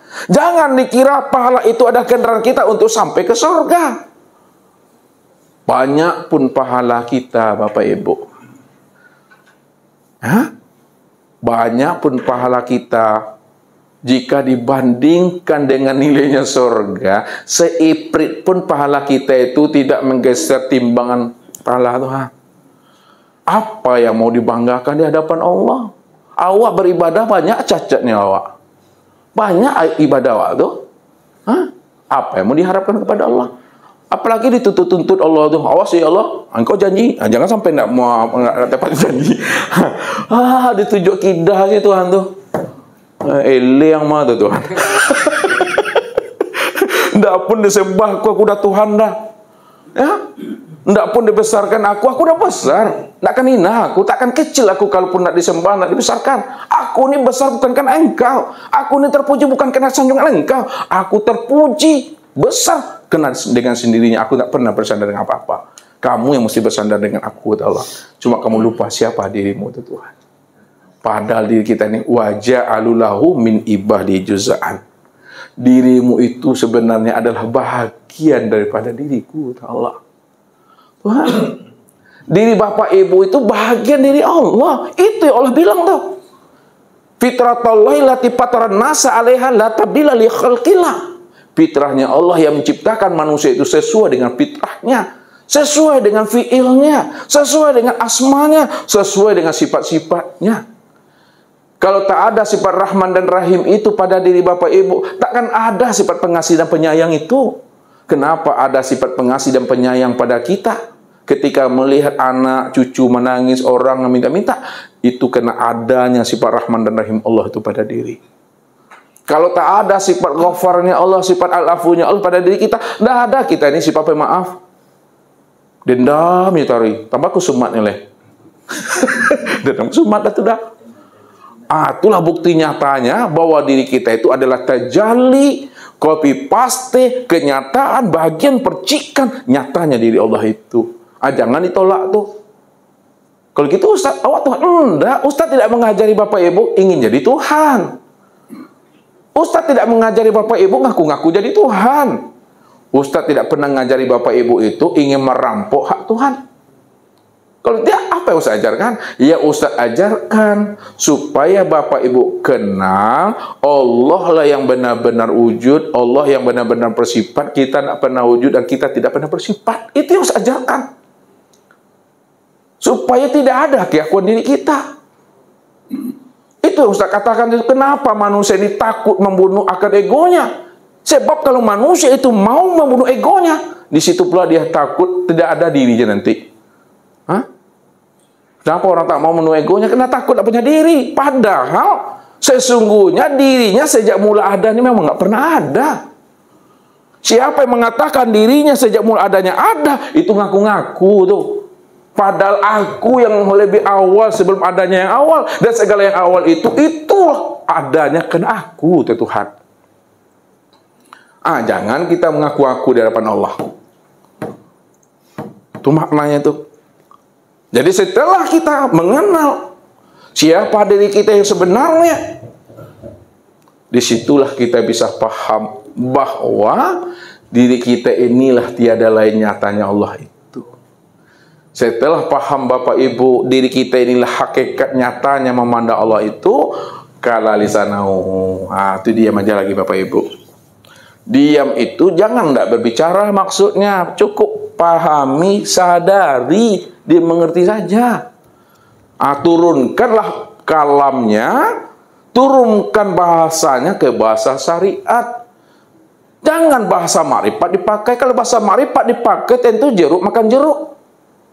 Ya, Allah sembelih Allah ketika kurban nanti itu.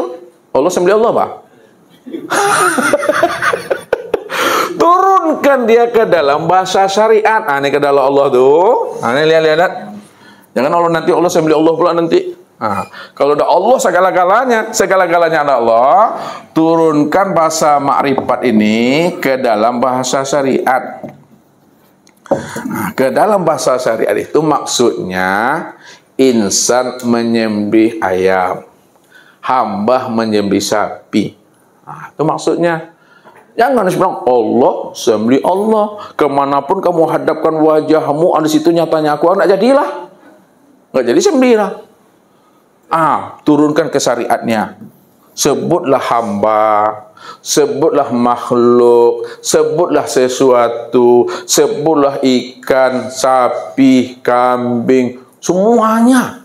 Itulah bahasanya turun ke syariat. Kalau dah bahasanya di ma'rifat, kala lisano diam. Diam. Jangan dijelas-jelaskan juga barang yang sudah jelas. Jangan diceritakan juga barang yang sudah nyata. Contoh, Bapak Ibu nanti pulang ke rumah kan, sampai di rumah, lalu bertanya sama udah, atau bertanya sama bini, yang mana rumah ini kah? Yang rumah wae mah ini kah? Lah dalam rumah tuh, yang mana rumah? Ditunjuknya dinding, tunjuknya tiang. Apa bahasa Ustaz tuh? Bapak Ibu udah ada di majlisnya, bertanya juga, mana yang majlis nih? Yang majlis taklim tauhid robani itu yang mana tuh? Bapak Ibu kan udah paham, ditunjuk-tunjuk juga. Lain yang ditunjuk, lain disebut, lain yang disebut, lain ditunjuk. Udah paham lah Bapak Ibu, Allah itu wujud. Segala yang wujud itulah nyatanya Allah. Kalau segala yang wujud itu nyatanya Allah, maka segala yang wujud itu ya Allah tuh. Yang mana nih Ustaz ini? Jangan ditunjuk juga lagi. Paning aku, Udah panik aku. Jangan ditunjuk-tunjuk aja barang yang lain itu. Cukup dipahami aja dah. Itu maksud Ustaz tuh. Jelas sejelas-jelasnya, nyata senyata-nyatanya. Ini yang dikatakan oleh Nabi. Innakum satarawna rabbakum iyana. Kamu benar-benar menyaksikan Allah itu. Allah yang benar-benar nyata. Apa kata Nabi? Bisakah kamu melihat bulan purnama di malam hari tanpa ditutupi oleh awan? Bisa ya Rasul. Bisakah kamu memandang matahari di siang hari tanpa ditutupi oleh mendung? Bisa ya Rasul. Begitulah kamu memandang Allah betul-betul nyata. Kalaulah mata ini mampu memandang segala yang nyata, maka Allah itu lebih nyata lagi dibanding apa yang dilihat oleh mata itu. Jadi nyatanya Allah itu udah benar nyatanya. Kalau benar-benar nyatanya Allah, bagaimana betul nyatanya Allah itu? Sini Ustaz. Ustaz Dedi. Halo. Ini. Lihat di sini. Lihat lagi. Ada. Kalau Bapak Ibu ingin tahu bagaimana sebenarnya nyatanya Allah itu, ya, tidak ada lagi bahasanya jauh tiada bentara, dekat yang tidak bersentuhan. Enggak itu lagi. Kalau orang yang sudah putus ma'rifatnya, sudah putus pengenalan dirinya kepada Allah. Kalau sudah putus, bagaimana betul sebenarnya nyatanya Allah itu? Kalau Bapak ingin tahu, Ibu ingin mengerti nyatanya Allah itu yang sebenar-benarnya, ini ya. Lah bisa pegang, lah bisa diri. Dakeknya lah duduk di sini, jauhnya tibu dia rengka. Duduk lah Pak. Enggak juga paham lah itu. Ya enggak salah Ustaz, sampai dia melalui rabab leh.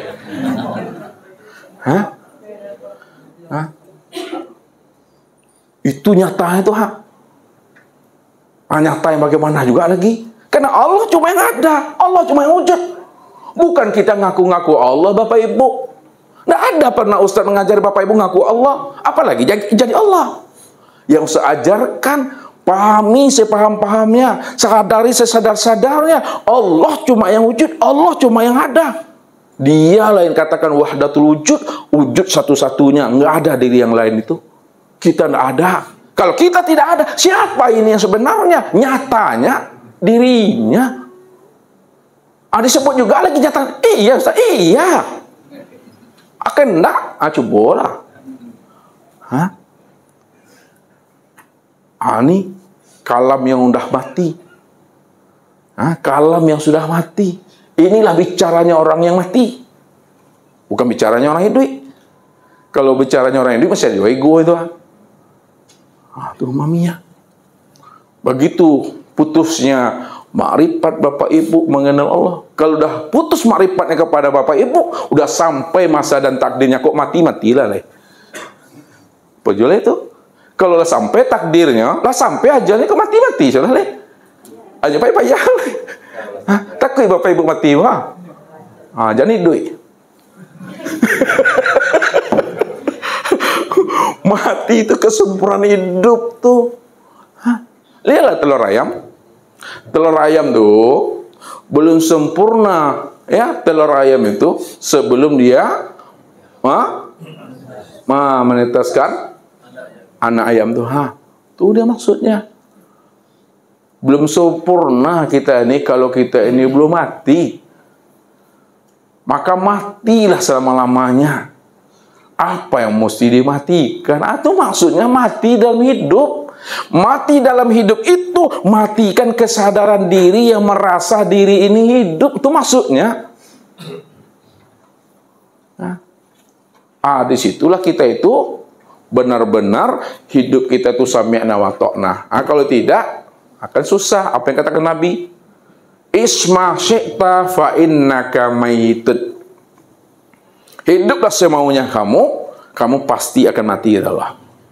Wa fa'al ma syi'ta fa innaka majizun bi. Berbuatlah sesuka hatimu, pasti kamu akan diminta pertanggungjawaban terhadap apa yang kamu perbuat.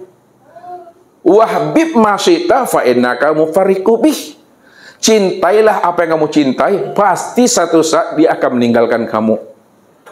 Kalaulah manusia ini tidak bisa dilarang, tidak bisa dicegah juga, lagi mengurumpi-ngurumpi juga, lagi membuli-buli juga, lagi ngurumpi betul lah kata Allah. Lakukan aja lah dosa itu, asal jangan sampai terlihat sama Allah. Asal jangan sampai tidak terdengar oleh Allah. Ada tidak orang mengurumpi tak dengar sama Allah? Ada tidak orang berbuat dosa yang tak lihat sama Allah? Tidak ada kan? Ada atau tidak? Tidak. Makanya jangan berbuat dosa, jangan ngurumpi. Tapi kalau tak mau dilarang, kata Nabi, ngurumpi aja lah. Buka aja lah orang lain, asal jangan terdengar sama Tuhan. Tak juga dicegah, dilarang berbuat dosa, tak juga mau. Tak amuh juga aja. Lakukan betul, lantaklah dosa itu, asal jangan terlihat sama Allah. Kalau masih terpandang sama Allah, jangan lakukan lagi. Kalau masih terdengar juga sama Allah, jangan ngurumpi juga lagi. Elok sila duit itu. Ya? Itu yang mesti dipahami. Kaji ini mau dibawa mati. Ya. Tidak ada kaji ini untuk dunia. Kaji ini dibawa mati. Itu yang Allah bilang kepada diri kita itu. Wa husila ma fi sudur, kata Allah. Aku akan zahirkan, aku akan tampakkan sebenarnya siapa dirimu yang sesungguhnya, kata Allah. Kalau Allah dah bukakan rahasia diri kita yang sebenar-benarnya, mungkin Bapak Ibu, zahirnya kita tuh nampak badannya manusia, tapi atas ini nampak babinya, nampak sapinya, nampak kerbaunya, nampak celengnya Tuhan. Ini yang kata kalau Rasul, ittaqu firasatal mu'min fa innahu binurillah. Takutlah kamu dengan kasabnya orang yang makrifat, karena dia memandang bukan dengan mata zahirnya. Dia memandang dengan cahaya nur Allah yang telah Allah tanamkan ke dalam hatinya. Maka zabal fuad maro'a. Hati tidak pernah bohong apa yang dilihatnya. Ini mesti dipahami. Kadang mau bunyi hati itu mah, dengannya sekolah. Kalau kita sudah berjumpa orang yang kasab, takut kita. Apalagi Allah. Allah yang maha kasab Tuhan. Aku yang menjadi saksi bagi dirimu. Aku yang menjadi bukti bagi dirimu. Wa huwa ma'akum aina ma kuntum. Di mana ada kamu, di situ ada aku. Bagaimanapun keadaan dirimu, berdiri, duduk, dan berbaring, di situ ada aku, kata Allah. Karena aku yang menjadi rahasia dirimu, kata Tuhan. Dirimu itu rahasia aku. Aku rahasia dirimu. Maka tidak ada sesuatu yang luput dari pandangan pantauan Allah itu yang sebenarnya. Inilah yang membuat kita itu bisa istiqomah untuk tetap lurus berjalan dan meniti di atas jalan hidayah yang petunjuknya. Marulah mantapkan innallaha ma'ana itu. Itulah.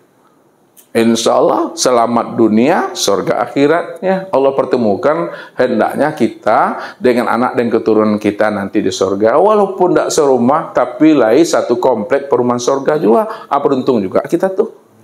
Itu saja lah Bapak Ibu lah, panik aku. Kita lanjutkan dengan tanya jawab dan muzakarah. Mudah-mudahan Allah berikan anugerah pemahaman buat diri kita. Billahi taufiq wal hidayah. Wassalamualaikum warahmatullahi wabarakatuh.